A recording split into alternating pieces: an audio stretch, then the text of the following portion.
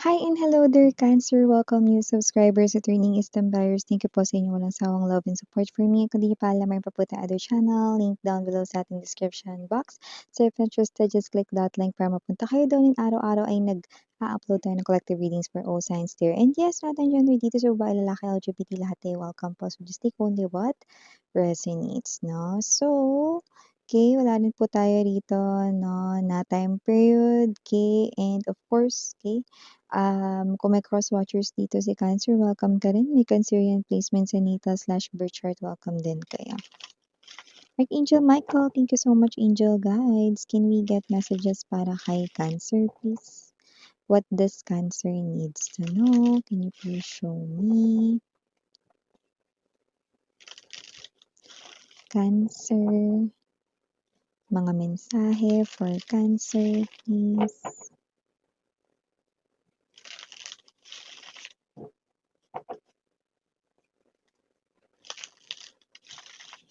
Okay, so let's go ahead and check this energy. So, meron ka ditong enerhiya ng Eight of Swords, Two of Swords, Star, Three of Cups, okay, that, Seven of Coins, bottom of the deck, Strength in reverse, Ace of Swords, and the Devil, okay. So, malalaman mo dito, Cancer, no, na yung taong gusto mo, crush mo, or baka may feelings ka sa kanya ay hindi na pala available or parang meron na palang someone sa kanyang tabi. Oh, this is such a sad energy. Nakikita ko kayong nagmumukmok, feeling down. Possible pa nga yung iba ay mag-inom, yan 'no. Pero yung iba na hindi naman mag-iinom, puwedeng magmumukmok, medyo malungkot, ganyan 'no. Pero huwag kayong mag-alala kasi nakita ko rito 'no, na sa iba kayo rito nakalaan, yan 'no. Meron ditong someone talaga na naka-destined with the star card energy para sa inyo, okey? When a door closes, another door opens for you, okay? Meron dito talagang destined for you guys, 'no? So, yan.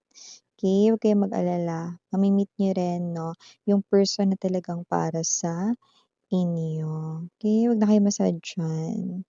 So, iba pang mga mensahe dito for you guys. We have here the Three of Cups right in here and there's the Seven of Pentacles.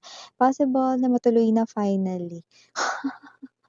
Puwedeng lakad 'to, gala 'to with friends or puwedeng family or yung mga parang ang hirap tipunin 'no, lalo na kapag madami kayo, grupo 'no, or puwedeng hindi naman as in super dami niyo, puwedeng 4 kayo, 5 'no, sa grupo na ito ng mga kaibigan or katrabaho 'no, na lagi kayo nagse-set ng schedule, puwedeng hindi kumpleto o kaya naman laging risked ng risked, drawing ganyan 'no.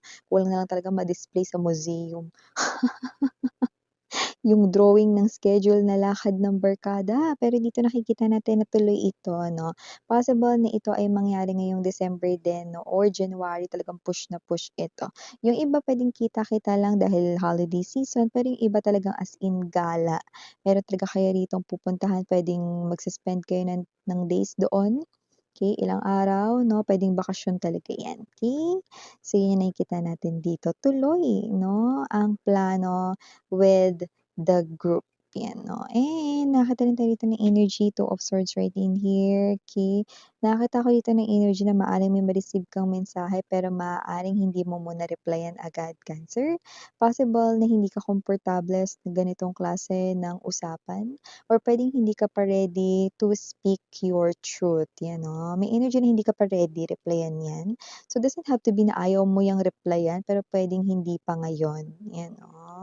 Or puwede rin na may energy ka rito na parang, may pressure tayong naramdaman 'no, doon sa iyong, reaksyon pagka-receive mo ng mensahe na 'yan. Huwag mag-alala, hindi naman 'yan emergency, so walang dapat ikabahala. Parang energy 'yan ng alam mo yung ano, caught off guard ka. okey? Yung parang hindi mo ine-expect ito sa araw na ito pero biglang boom, 'di ba? Biglang nangyari 'no? It's a situation and I think it's in a form of a message, could be call, could be, email, okey? So, whatever the case may be, just take how this resonates 'no, and if hindi mo pa naman talaga ready na replyan 'yan, okey lang 'no, wag mong pilitin yung self mo, okey? It takes time, okey? Ikaw mag-set sa sarili mo 'no, nung time na yun, okey? 'Pag okey ka na, then go, 'di ba? So, maliban diyan, Cancer, may wish ka raw ditong matutupad, yung wish na akala mo hindi na talaga matutupad ever. Siguro yung iba sa inyo, super tagal niyo ng wish ito, Seven of Coins energy. Akala ninyo talaga hindi na 'to matutupad. Yung iba nga nakalimutan niyo na, eh, puwedeng yung iba bata pa kayo, winish niyo na ito 'no, yung iba naman puwedeng feeling niyo tagal niyo ng hinihiling 'no, tapos, hindi hindi nangyayari 'no or whatsoever, iba naman nakalimutan niyo na. Kaya hindi kayo rin nag-iisip dun sa wish na yun, pero dito kitang-kita ko na matutupad na ito. Ayan oh, ang good news, may mga mauunang matupad ngayong December pero yung iba sa first quarter ng 2026 mabibigay na yan sa'yo, mapagkakaloob na yan sa'yo ni God. Okey, wala tayong religion dito, I respect each and everyone's religion, pero alam ko na we only have one God, okey? Wow, meron kayong wish fulfillment kaya thank you na agad 'no, kay G, 'di ba, kay God. So, maliban diyan, Cancer, nakakita rin ako ng energy rito 'no, na possible magkaroon rito 'no, ng confrontation sa pagitan mo at ng someone 'no. So, maaaring magkaroon ng mainitan na conversation, puwedeng ito ay, pagtatalo or puwedeng misunderstanding. High chance sa pinagkakakitaan niyo 'yan, sa trabaho niyo or sa negosyo niyo, okey? So, kung may negosyo ka, possible na ang maka-misunderstanding mo dito ay ang business partner mo or isa sa mga client, customers or buyers 'no, ng ritong products 'no, if you're selling items 'no or maybe services, 'yan, okey? So, may mga gano'n 'no. Iba naman puwedeng katrabaho niyo ito 'no, because of a work, okey? Pero siyempre 'no, with the Ace of Swords itself, ang solusyon ay to talk things out, okey? Mag-usap kasi wala naman talagang makukuha sa init ng ulo, 'di ba? Talk things out 'no, 'pag kalmado na, then usap kayo, okey? So, maliban diyan, may energy rin dito 'no, ng pagkahiya, ayan 'no.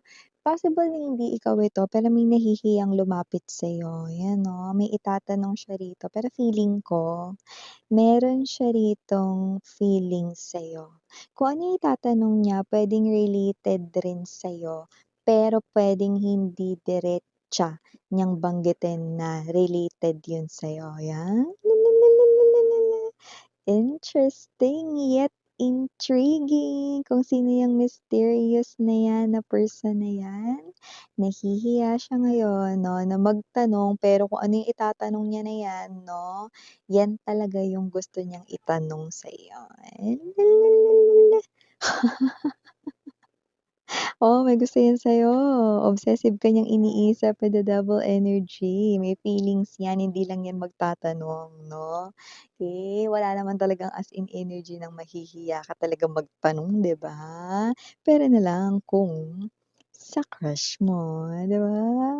Mukhang crush ka nito, ayan oh. Tayo nga 'di ba? "Excuse me, saan po ba yung papuntang ano dito?" 'Di ba? Gano'n na agad, 'di ba? Mahihiya ka magtanong, eh, di hindi ka makakauwi.